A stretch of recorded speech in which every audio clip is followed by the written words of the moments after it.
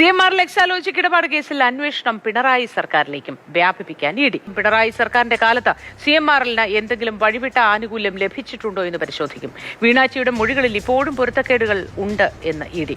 CMR Exalogic ഇടപാടുമായി ബന്ധപ്പെട്ട് 2 ദിവസം വീണാറ്റിയെ ചോദ്യം ചെയ്തിരുന്നു. ഈ ചോദ്യം ചെയ്യലിൽ വീണാറ്റിയുടെ മൊഴികളിൽ വലിയ പൊരുത്തക്കേടുകൾ ഉണ്ട് എന്നുള്ളതാണ് ഇഡി അന്വേഷണ സംഘത്തിന്റെ വിലയിരുത്തൽ. അതുകൊണ്ടാണ് വീണ്ടും വിളിപ്പിക്കാൻ തീരുമാനിച്ചിരിക്കുന്നത്. പ്രധാനമായിട്ടും ഈ 2 കമ്പനികൾ തമ്മിൽ, അതായത് CMRലും എക്സാലോജിക്കും തമ്മിൽ എങ്ങനെ കരാറിലെത്തി എന്നുള്ളതാണ് പ്രധാനപ്പെട്ട ചോദ്യം. പക്ഷേ അതിന് വ്യക്തമായ ഒരു ഉത്തരം നൽകാൻ പ്രതിപക്ഷ നേതാവ് പിണറായി വിജയന്റെ മകൾ വീണാറ്റിക്ക് കഴിഞ്ഞിട്ടില്ല. അതോടൊപ്പം തന്നെ CMRൽ നിന്ന് ലഭിച്ച 2,72 ലക്ഷം രൂപ എങ്ങനെ വിനിയോഗിച്ചു എന്നത് സംബന്ധിച്ചും വ്യക്തമായ മറുപടി നൽകാൻ വീണയ്ക്ക് കഴിഞ്ഞിട്ടില്ല. ഈ ഒരു പശ്ചാത്തലത്തിലാണ് വീണയെ വീണ്ടും അന്വേഷണ സംഘം വിളിപ്പിച്ചിരിക്കുന്നത്. അടുത്ത ആഴ്ച തന്നെ അന്വേഷണ സംഘത്തിന് മുമ്പാകെ ഹാജരാകും.